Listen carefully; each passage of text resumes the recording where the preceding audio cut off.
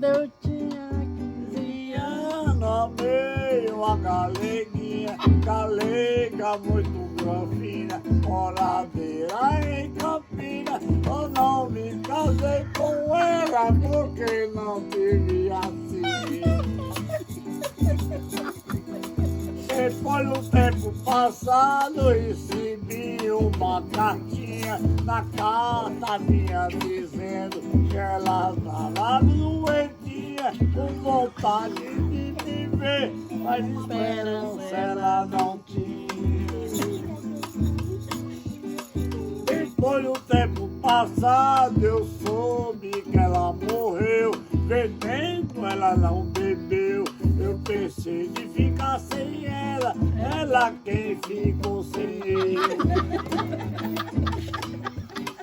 Fui lá no cemitério, perguntei ao zelador: senhor, me preste atenção, me faça um grande favor.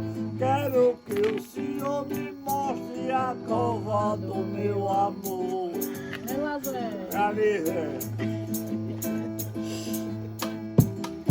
Fui lá na cova dela, fui tirando meu chapéu, fazendo a peça mais linda, toda coberta de véu. Quando eu olhei que vinha descendo, era um anjinho do céu.